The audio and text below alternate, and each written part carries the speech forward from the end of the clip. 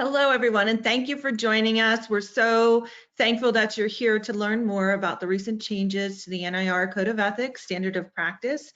And we are here to help you through this transition and share with you the resources that are available and understand the changes and how it impacts a potential grievance meeting and professional standards panel. So I'm Teresa Hatton, the CEO of Massachusetts Association of Realtors.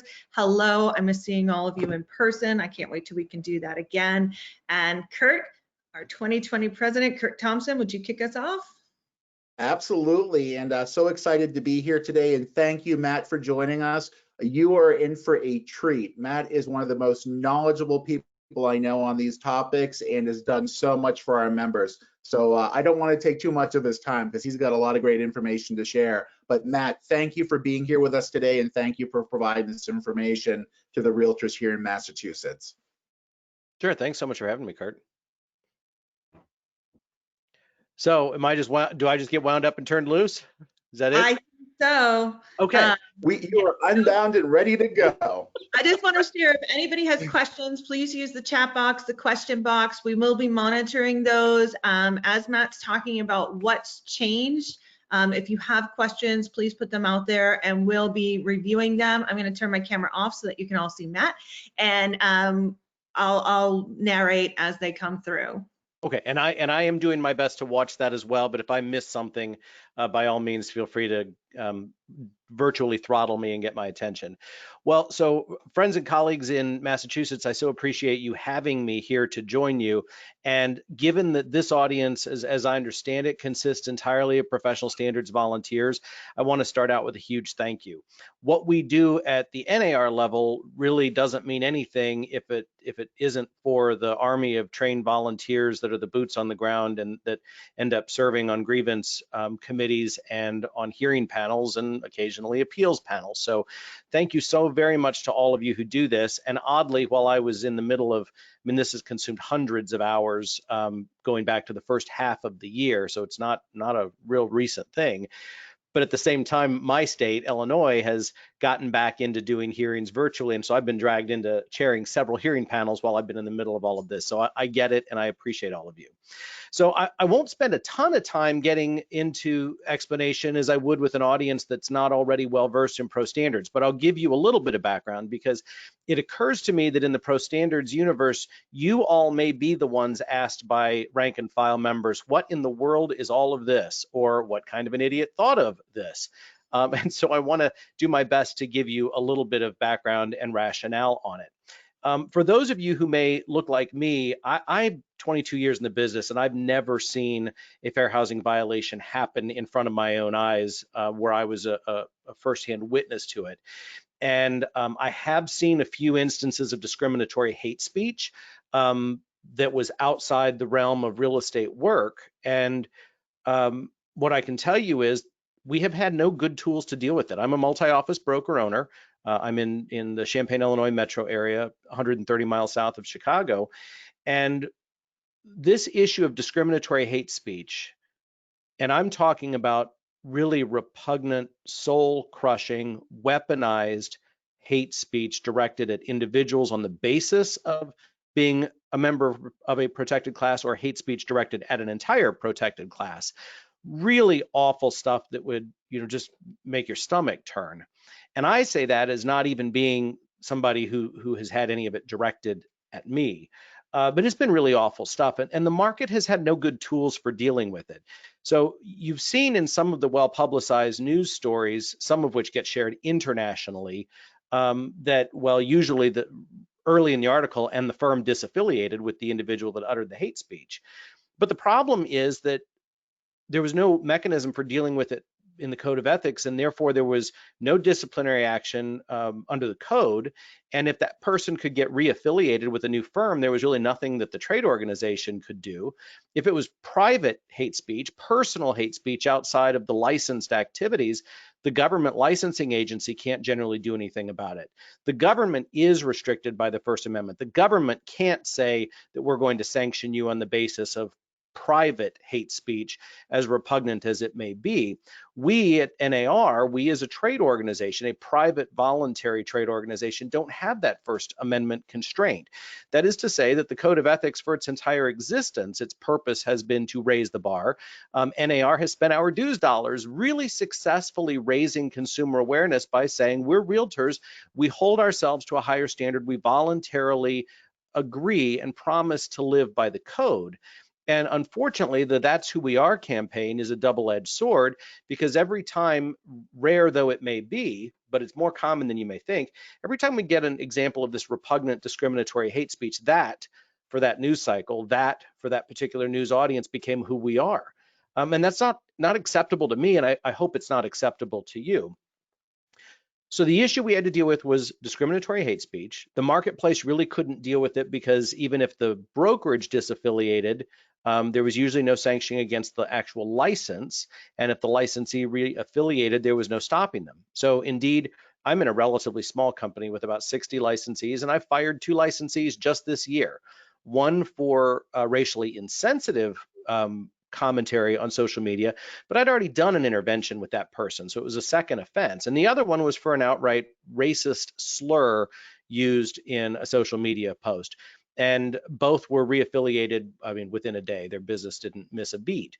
And it's not necessarily that I need to have their heads on a stake so much as the code couldn't reach that. There was no opportunity for sanctions or re-education or remediation.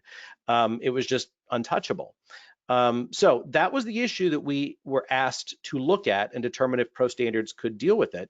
We chose, after a lot of deliberation, so I for 2020, I chaired the NAR Professional Standards Committee.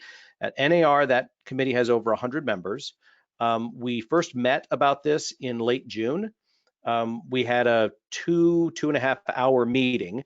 We had a panel that was an unvarnished, no holds barred conversation on race and real estate, where I'd invited 5 Black colleagues to talk. And after hearing that racism and bigotry and hate speech remain alive and well from a lot of really appalling firsthand accounts, the Pro Standards Committee was eager to do whatever they could to try to address the issue. So it got kicked over to the more specialized Professional Standards Interpretations and Procedures Advisory Board, aka INTERPS. That's a group of about 12.5 that then churned over it for a series of 5 meetings over the course of 3 months. And that's where the recommendations were crafted. And it went back to the full committee on October 5th. The full committee debated it vigorously for another 90 minutes with a variety of divergent viewpoints, but ultimately the package of recommendations passed out of that 100-member committee 10-1. Then it went to the board of directors for NAR. The meeting was November 13th, and there were just a little over 800 voting members of the board attending that meeting. And it was debated for, my committee report was 1 hour and 48 minutes. So I was standing in front of a hot mic and a live camera for 1 hour and 48 minutes while directors were raising their virtual hands and discussing and debating. And ultimately it passed overwhelmingly. We had a series of 6 recommendations. So what I want to focus our time together on today is trying to make sure that I do my best at this early stage of all of this to equip you with the resources that you will need. So first of all, I guess I'll point out that the changes are not retroactive, so there should not be a tsunami of complaints coming in from stuff that people are digging up from social media or elsewhere that predates the November 13th effective date of all of this. So the good news is, and hopefully just this being well publicized will make people a little more cautious. That would be nice. But the good news is, even if you got a complaint today or tomorrow, it's going to be a period of weeks before you're actually sitting there in a hearing panel. NAR has already started a series, a 6-part series of live webinars. The first one of those, Bruce Eit and I did, I think that was just yesterday. Yeah, yesterday. So that's going to be available to the entire membership. Those will get progressively more specialized. So the hour-long session yesterday answered a lot of more overarching 30,000-foot questions. The stuff that will be, I think, of more use to hearing panelists and those who are Pro Standards volunteers will be the more specialized sessions. So please feel free to do a Google search for those. And then I'll just give you some guidance. And also I'll give the guidance based on sort of the overwhelming most common feedback and the FAQs that we've gotten. So we get people that are concerned, and let me read 10-5. That's really the crux of all of this. Realtors must not use harassing speech, hate speech, epithets, or slurs based on race, color, religion, sex, handicap, familial status, national origin, sexual orientation, or gender identity. That's it. That's the new SOP. Now we have several other items that got done as well. If the goal was to reach hate speech, discriminatory hate speech, whether it was outside of the world of real estate or inside the world of real estate, we also had to open up the code, which had previously been limited by policy statement 29 that made the code enforceable only within the confines of real estate related activities and transactions. So that has been opened up. Technically, it means the whole code applies to all of a realtor's activities, but remember, nearly all of the other articles by their very nature are intrinsically limited to transactional settings. So that isn't nearly as big a deal as some people I think thought at first blush. Again, the narrow target here was discriminatory hate speech, including done so private outside of work, i.e., it's not plausible that you'd say, I've clocked out of the office. I'm being a bigot on my keyboard on social media at home on my own time. That in no way interferes with my ability to live up to both the letter and the spirit of my Article 10 fair housing anti-discrimination obligations. Well, I mean, of course, that's not plausible. And so that was the narrow target. So 29 opened up the entire code, but really, mostly Article 10 only for anti-discrimination purposes.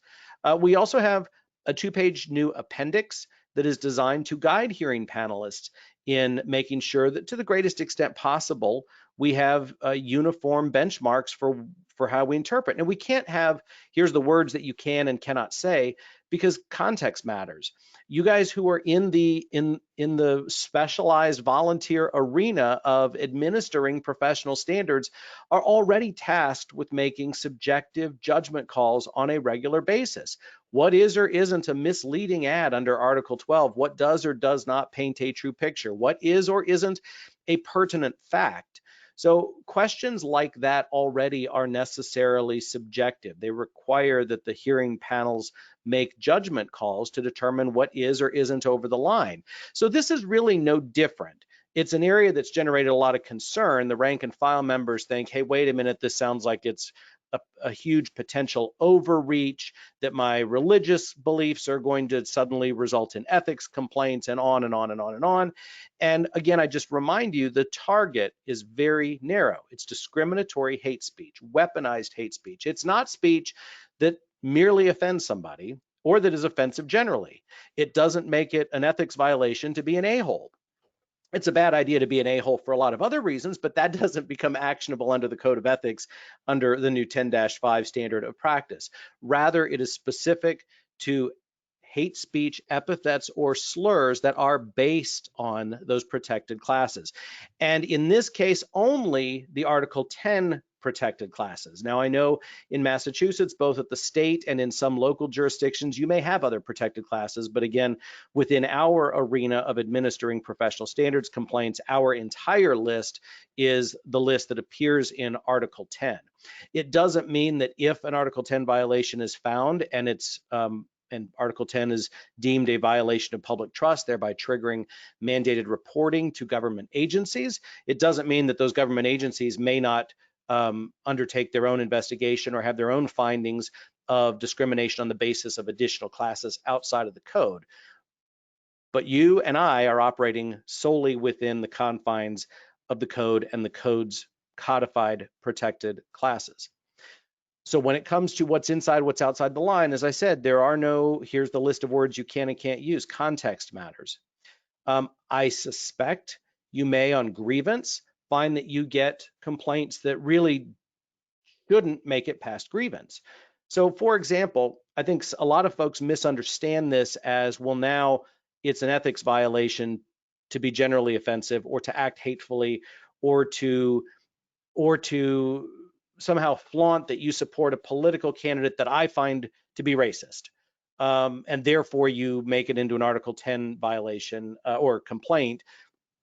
And the reality is there'll be a lot of those things where if it doesn't meet that 2-part test, if you're sitting on grievance and your whole job is to ask yourself, if I take the allegations as true on their face, does what is articulated here potentially constitute a violation of Article 10 and what we're here to discuss today? And does it run afoul specifically of the new standard of practice 10-5? And if it doesn't meet that two-part test, it's hate speech, epithets, or slurs. It's something that's harassing. It's something that's weaponized. So that's part one. And it is based on one of those Article 10 protected classes. Got to hit both of those. Offensive by itself doesn't do it, and merely invoking a protected class doesn't do it. So some of the common complaints, well, does this mean that if I'm a member of a church that teaches that same-sex marriage is not biblical, that now I'm going to be potentially in the crosshairs under the Code of Ethics? No, not if you're not weaponizing that and turning it into hate speech designed to harass other people. And the clearest example of that I can give is one of our mountain of examples of hate speech that was used in our meeting materials as we were trying to work our way through all of this. There was a Georgia realtor on his business Facebook page where you'd have one post of, check out these fine listings in our metro area, and then, in between listing posts, gays and lesbians are guilty of murder according to the scriptures. Well, that's a little more than I belong to a church that teaches that same-sex marriage is not biblical. That's a pretty big stretch.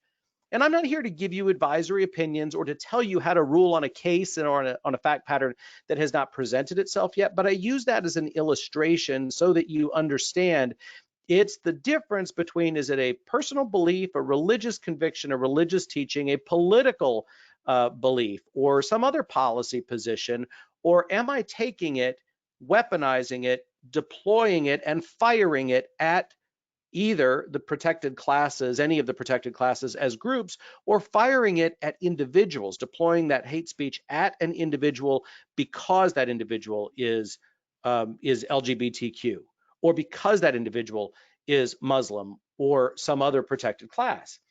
And that reminds me to point out, because this is another frequently cited item, the protected classes are all two-way streets. So while obviously the protected classes exist, they are enumerated as they exist in Article 10 because specific groups have historically been on the receiving end of abhorrent discrimination, but they are all two-way streets. So if I am a white male Christian and somebody of a different religious background is weaponizing hate speech against me, trying to, on the basis of my being a white male infidel because I'm not part of their religion, and doing something truly hateful with it, I mean, I could have a cause of action. So I also want to throw out there that it applies to everybody. It is very much a two-way street.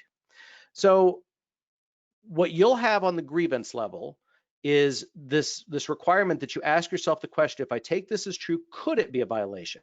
There will be the cases where it doesn't meet both of those two-part tests. No, it's not. I mean, yeah, this is hateful. Yeah, this is a bad idea. Yeah, this person acted in really poor taste, but there's nothing that indicates that it was based on protected classes, or it invokes a protected class, but we don't believe that the facts as alleged would actually constitute harassing hate speech.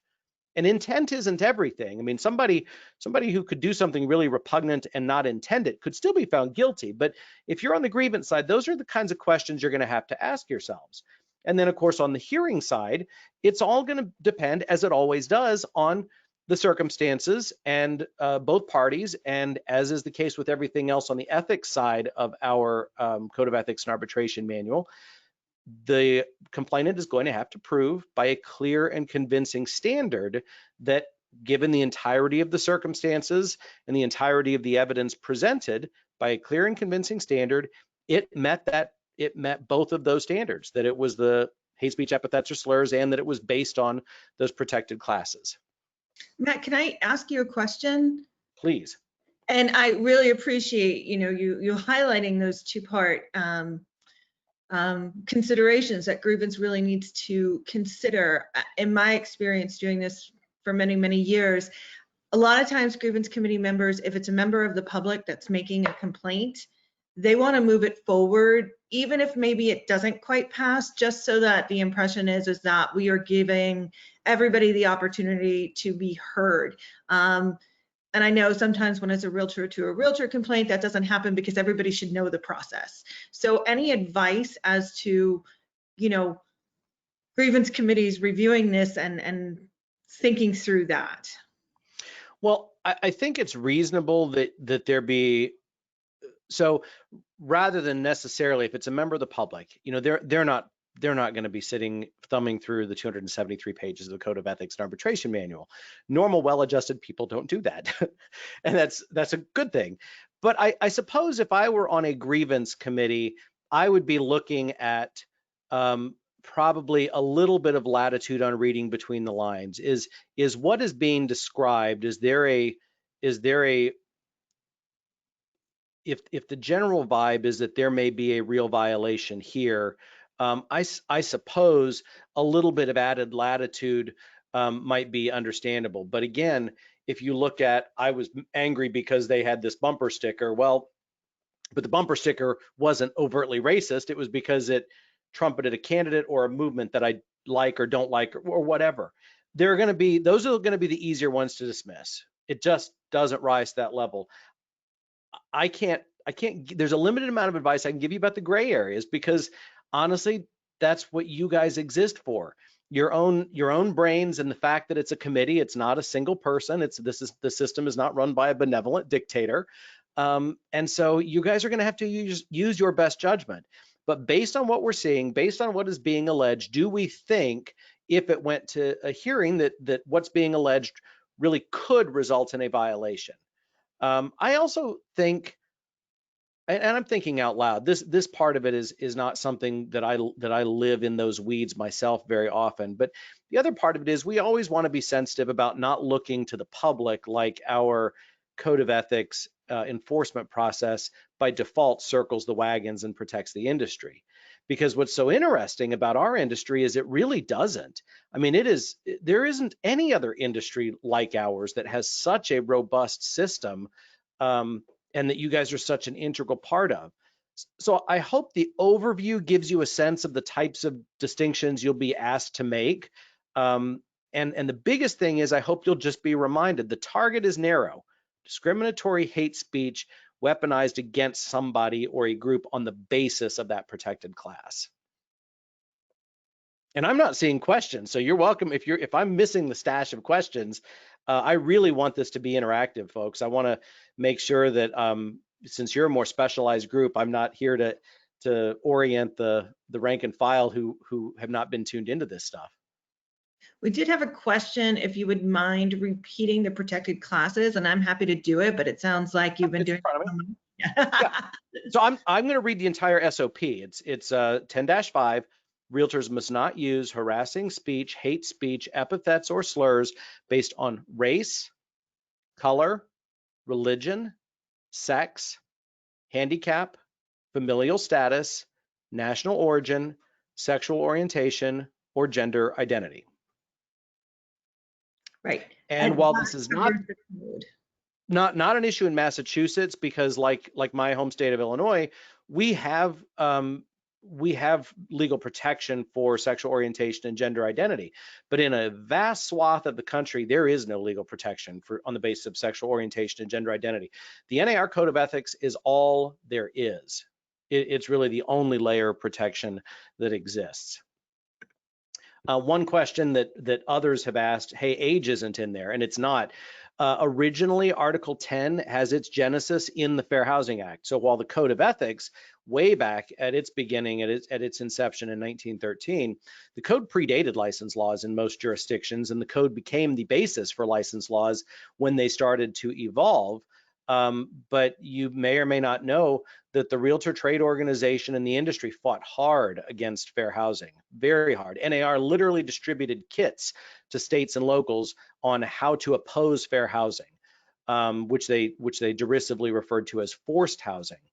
And when we lost that public policy battle and fair housing became the law of the land in 1968, it wasn't until 1974 that the very last vestiges of discriminatory language were finally eradicated from our code. Because going back to the teens or 1920s, the code had, I think it was Article 34, an explicit discrimination mandate Realtors shall not be instrumental in introducing into any neighborhood or community a class of use or occupancy or people or race of people that would be deemed injurious to property values.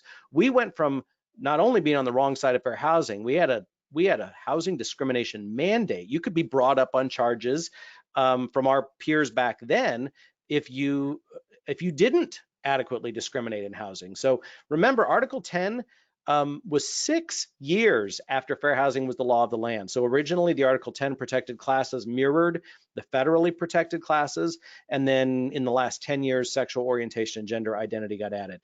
Age is the only one that you don't see in there that you commonly see protected in statute or ordinance.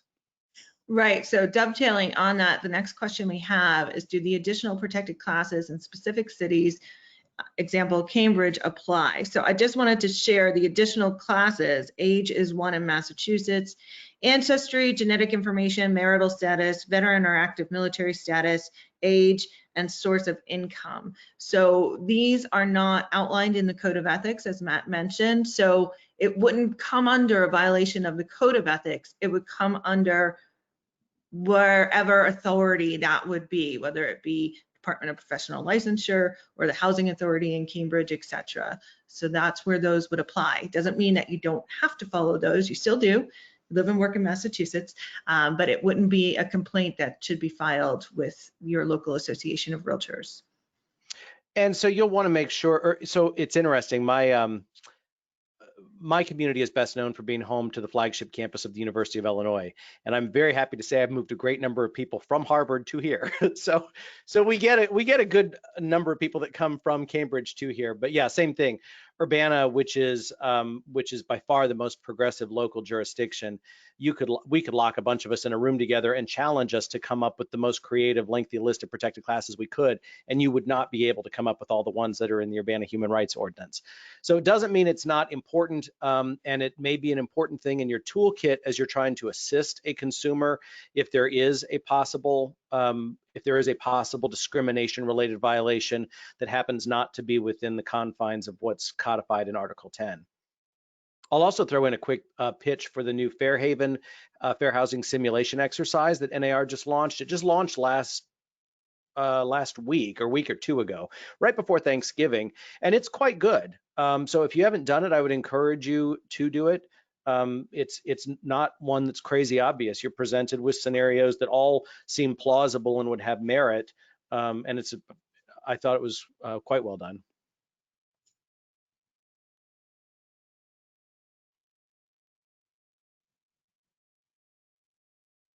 I just put the link for Fairhaven in the chat. It's fairhaven.realtor. It's a simulated experience similar to the C2EX, if anybody's done that. However, it's more relevant, we've been told. We've been told it's not cheesy. We've been told that the scenarios are actually very realistic and that the advice you get is useful and helpful. So if you haven't yet taken an opportunity to experience Fairhaven and try and get through a few real estate transactions, I highly encourage you to do it. And I think you'll have fun. And if you don't, let me know. But I think you will. You can save your progress and come back. Yeah, what I guess I would say is, the really cheesy simulation systems are like, if you answer this way, you would only choose this answer if you're clearly a flaming racist. Well, obviously it's pretty easy to navigate around the flaming racist answers, but this is really a much better simulation where you get into much more real world situations. So with that, I guess one of the other things that I'll mention that's a little bit of a tangent is, we've had people, as part of the backlash on this, I've actually had people go so far as to say that they found the policy discriminatory because it implied that there was discrimination in their market. And it's pervasive. I can't overstate it. And I tell you that as somebody who, as a white guy, isn't in a position to see it. But there's no doubt that it exists, because the issue that we've been confronted with was just the tip of an iceberg, no question. And it's proliferated tremendously, and closer to your neck of the woods than to mine, the Newsday expose on Long Island, most of those practitioners, and Long Island is still sifting its way through the fair housing complaints that are the fallout from that. Most of those practitioners not only didn't do it on purpose, they didn't even know, I bet they didn't know they were doing it when they did it.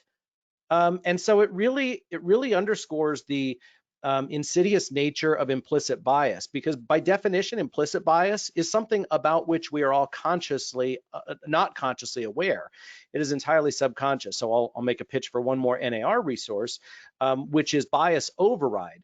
That is an NAR specific. It is a implicit bias module that is specifically geared for realtors and fair housing related solutions. Because if you haven't done so, you spend a little time on the Newsday expose, all of the resources of which are outside the paywall. So if you haven't done it, look. But what you'll find is that the testers, in a vacuum, they didn't know they were being discriminated against. No one was treated rudely. No one was kicked out of the office because they were black or brown. What was happening is the testers would debrief together, and you could see the facial expression changed as a non-white tester realizes, holy cow, my experience was altogether different than this person for reasons that are nothing other than the color of my skin. It wasn't, I believe, intentional on the part of the real estate practitioners. It's just a very vivid, graphic, video and audio real world example of here's what happens if you're not taking all of the steps to equip yourself to be sensitive to the minefield of implicit bias. And much like taking a commercial aircraft off autopilot because you recognize you're flying into conditions where you need to be able to do manual control, recognizing it and then being able to do it. That's hence the title bias override. So I would point you to that as well. I'm like a gas. I will expand to fill the available time that we have, but I would love to answer specific questions. Yes, so we have a few here. One, if you can't use the protected classes that are specific in Massachusetts, how does that benefit everyone? I think that goes back to the disparity in regulations across the country. Right. So really keep in mind that in Massachusetts, if you've got a variety of additional protected classes, those are all added layers of protection. Now, unfortunately, if it's outside of an Article 10 class, it's going to have to be adjudicated through whatever that particular venue is, whether it's a local human rights commission or fair housing authority or a state agency.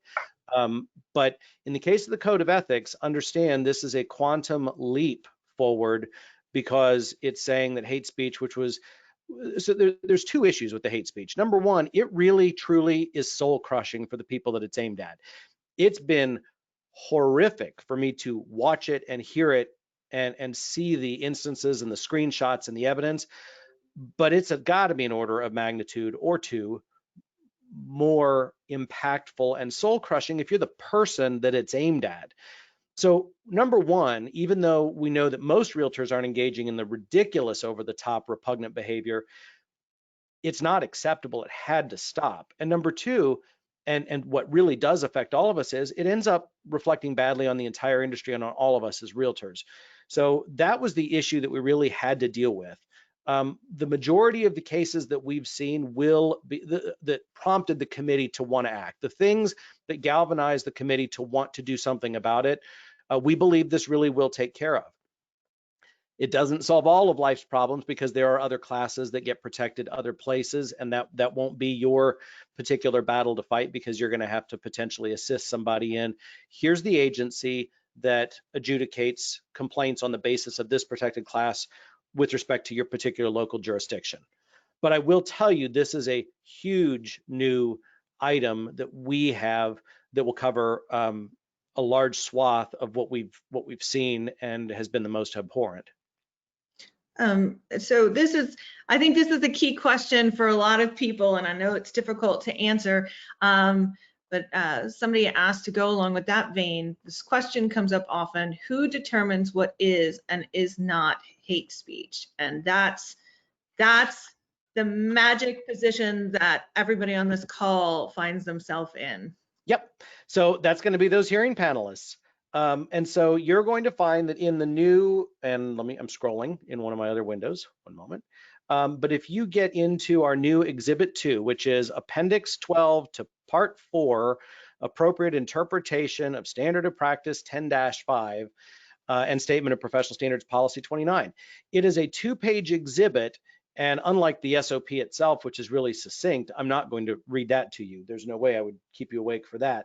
But I'll just say, as an example, here's one paragraph. While the overall focus of SOP 10-5 is on what might loosely be termed offensive or discriminatory speech, hearing panels should be clear that the standard of practice is narrowly limited to conduct related to the requirements of equal professional service of Article 10. Remember, SOP is just that. It is an SOP that exists underneath Article 10, whose words we have not changed at all.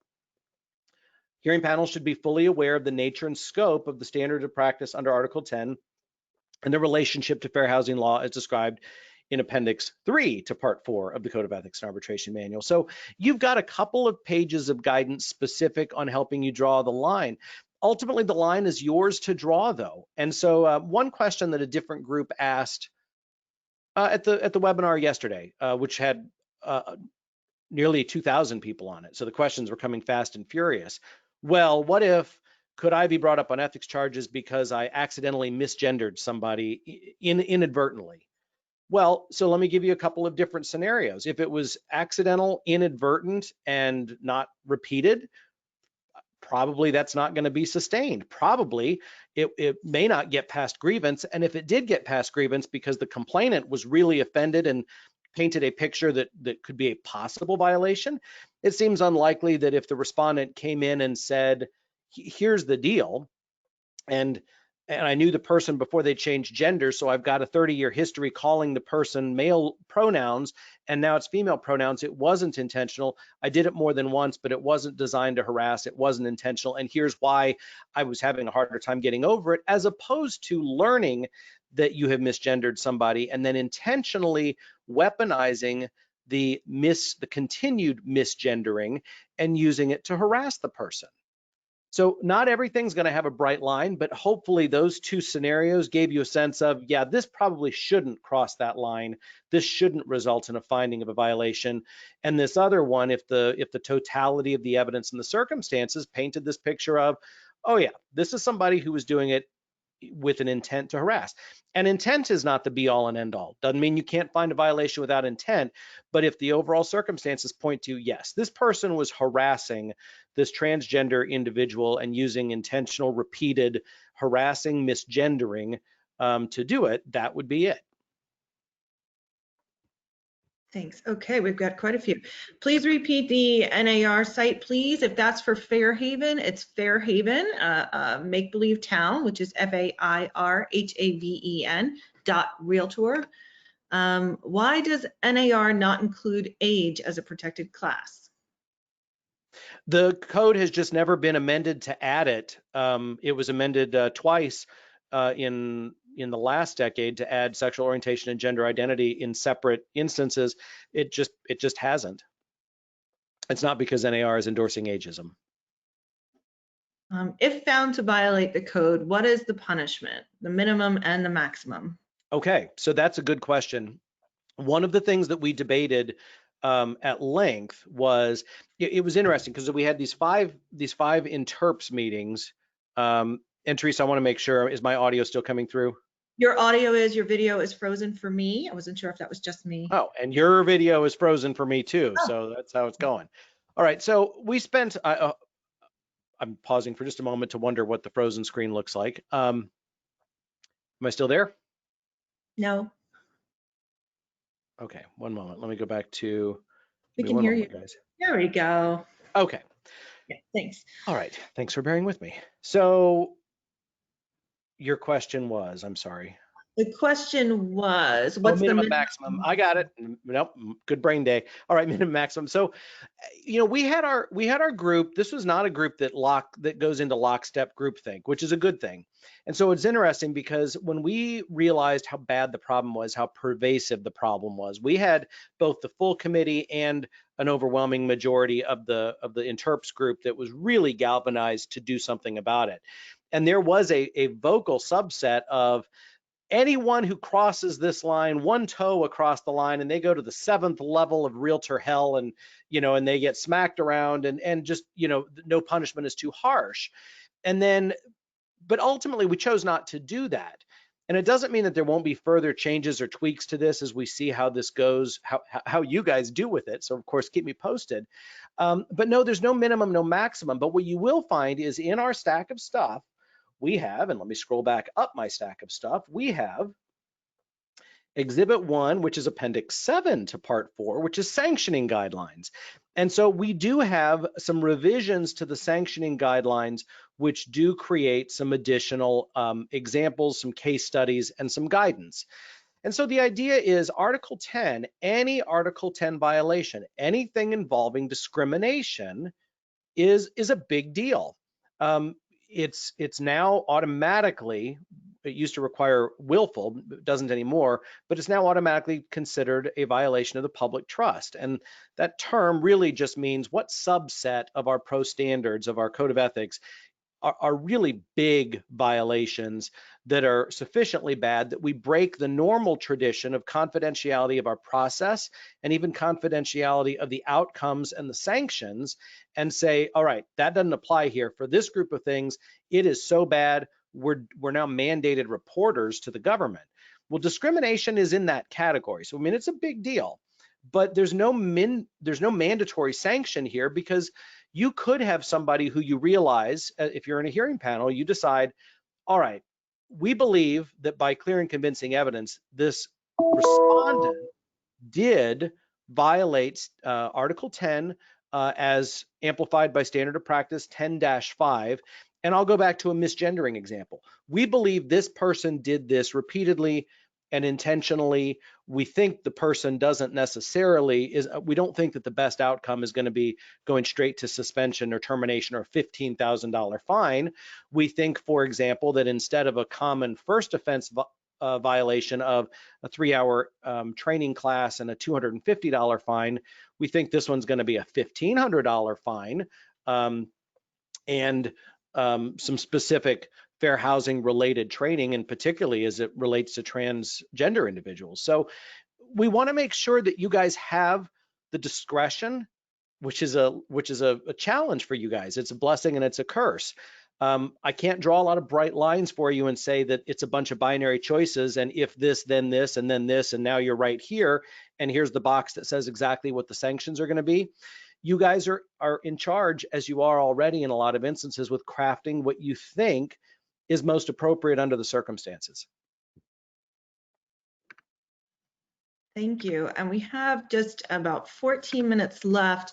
Mel, I'm not meaning to not respond to your question, but Mel's question is, what moved NAR to issue an apology for its past positions on housing discrimination?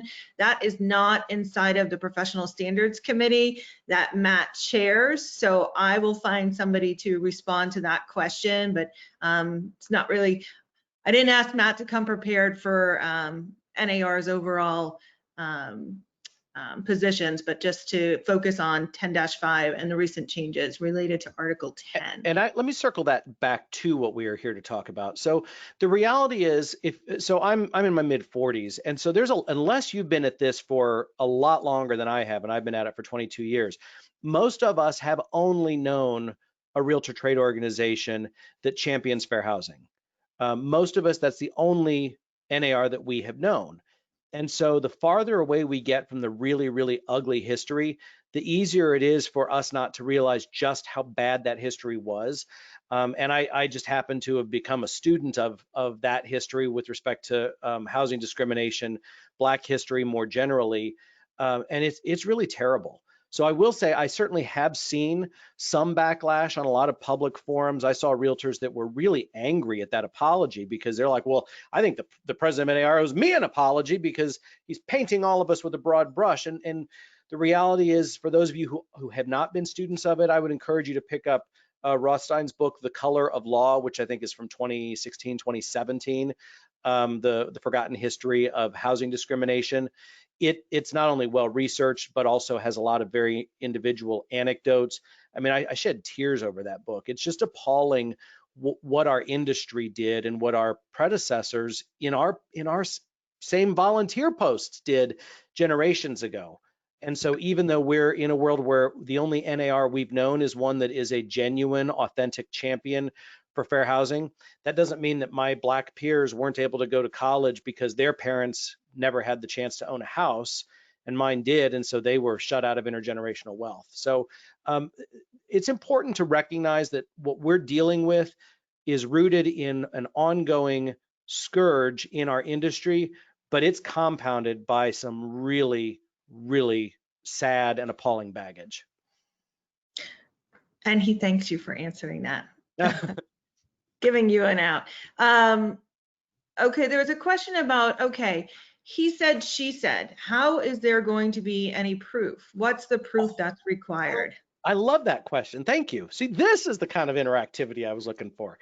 Okay, so sometimes you'll see, like in our stack of stuff for the Pro Standards meeting at NAR, the appendices, the exhibits, the samples of hate speech, a lot of those were screenshots right out of social media posts.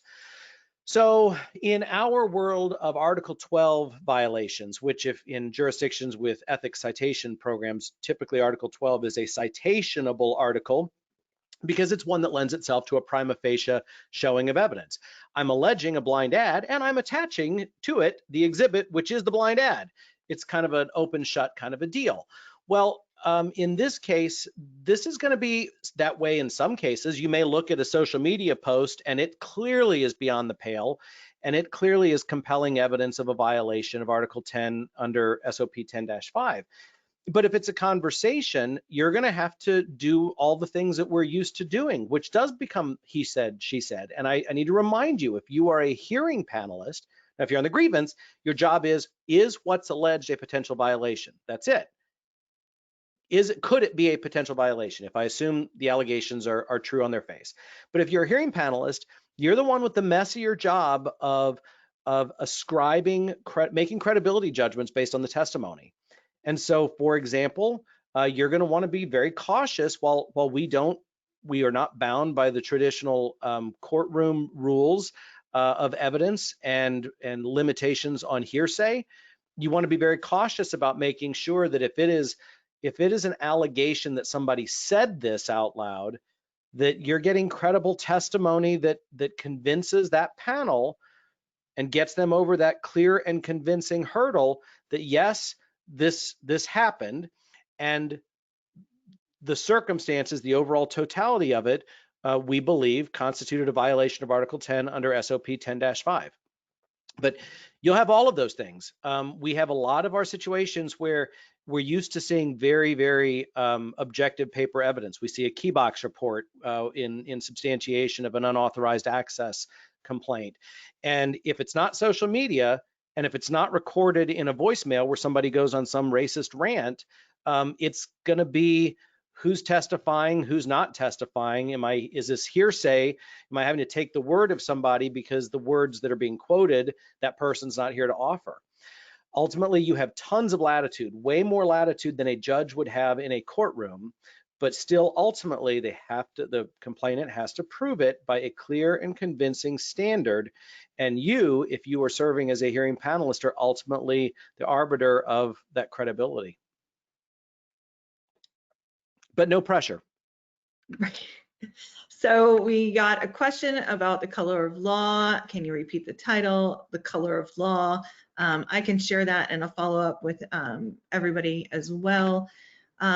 Question about, I think this goes back to your personal office where you released 2 people from affiliation with your brokerage, and then they went and affiliated with another agency. Does the misconduct remain anonymous? And I think this is a good point, because this is talking about your individual brokerage versus the Code of Ethics versus any other regulatory body. Yeah, so again, part of why we decided that the Pro Standard, number one, part of why we decided that the trade organization should address it, and number two, why we believe that the Code of Ethics was the appropriate lane to address it in, was because the example that I gave, well, yeah, I dropped the person like a hot rock, but the person's still in the market. So somebody who would use a racist slur like that is probably not fully capable of living up to the letter or in the spirit of Article 10. And it doesn't mean that they should be out of the business and summarily bounced, but the code should at least reach them so there can be some sanctions or some remediation or something. And remember that membership file will follow the individual. Ethics violations, for those of you who may be firm owners, who may be realtor principals, understand that as long as you weren't complicit in the violation, this should not automatically put broker owners, of which I am one myself, automatically in the splash zone.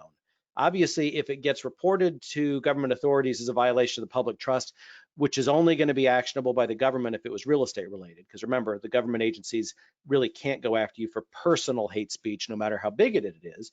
That's not likely to drag you into the splash zone as a broker owner. But our issue was we were having some of these bad actors that could bounce around from firm to firm and be untouchable. And at least in the world of code of ethics violations, if somebody disaffiliates while ethics a complaint is pending, that picks right back up when they reaffiliate and their membership is reactivated.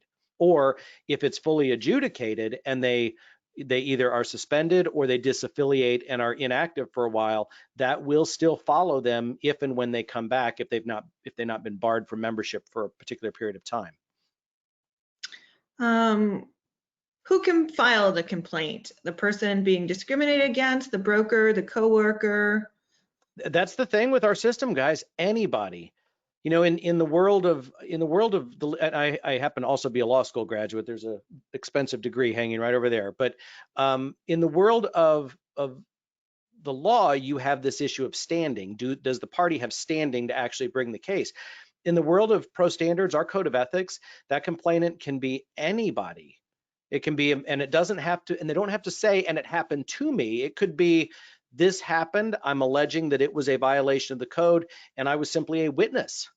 I saw it happen in front of me, and I'm filing a complaint. So remember, I hope this doesn't terrify you, but this is what you guys all were signed up for before you got onto this meeting today. But that's the thing. But remember, that's really unique to our industry, because we exist not just to circle the wagons. A lot of trade organizations and a lot of unions exist really singularly to benefit the member. And obviously we are a members first organization, but we take seriously the duty to protect the public. That's why there's a big chunk of our code of ethics that is duties to the public. And so it is really important that members of the public who are calling, and this is going to apply to pro standards administrators and association staff, it's really critically important that the public understand we take this stuff seriously. We mean it when we say that we hold ourselves to a higher standard. We mean it when we say we are champions for fair housing. And yeah, you have to keep in mind the end result is a very wide top end of the funnel, because those complaints can come in from realtors or members of the public alike. Great. We have 2 ringing endorsements that everybody should read The Color of Law. It was very eye-opening for some of our participants. We have thank yous from other folks on the line. We are wrapping up to 3 o'clock. Does anybody have a question they want to throw in the chat? Please do now. I'll give you one other book recommendation. I'm not nearly all the way through it yet, but the book Cast, C-A-S-T-E, which was just released in the last several weeks. Isabel Wilkerson maybe is the author of that. That's extraordinary as well. And again, as a white guy, part of what that addresses is, hey, wait a minute, the people that did the discrimination predated me, and my grandfather was an Italian immigrant, so I haven't had white ancestors here going back to slavery. And that book is a real eye-opener in terms of how it is that on the basis of this very arbitrary metric of the color of your skin, we have created this very artificial caste system that happens to use that in our country. So that's another one to put on your reading list, particularly if you've already read Color of Law. I would suggest you read that first. Awesome. We have some more thank yous. I learned a lot. Thank you. And a thank you for coming and sharing with us. And I will share, Matt is the chair of NAR's Professional Standards Committee. He is coming to us out of his own kindness to help us. So we really appreciate it here in Massachusetts. Thank you for all you're doing and all that the NAR staff is doing to help educate us with this rolling series of materials to help more. Thank you. Great chat. Thank you so much. Okay, I want to make sure I didn't miss any last question. And guys, I'm going to give you an assignment. So you've heard from me what our intention was, and you're going to be the ones that have to tell us if you find out that in the field this is going off the rails, or there's an area where you're really finding it challenging. I moved from the chair of the full committee in 2020 to the chair of the more specialized interpretations and procedures advisory board. What that means is I will still be very much in the splash zone on this. I am depending on all of you, the volunteers in the field. If you're finding areas that would benefit from additional guidance, from additional case studies, from any revisions, we don't know what the unintended consequences are. What I can tell you is we are on standby, ready to address them as they come up, but that is largely going to depend on your feedback. And indeed, this entire process was started with feedback and a request from state and local associations. So I can tell you at the table at NAR, those requests start with you guys, and this is not the end of this conversation. You all have to tell me how it's going in the field and what you need, because I and my team stand ready to provide you with additional resources as quickly as we possibly can. And again, you guys are where the rubber meets the road. Thank you, thank you, thank you. And thank you. Thank you, everybody, for joining us. And again, provide the feedback to myself, to Matt, to your local association executives, and we'll get the resources you need if you don't already have them. Thank you so much, Matt, again. Thank you. My pleasure. Thanks, guys.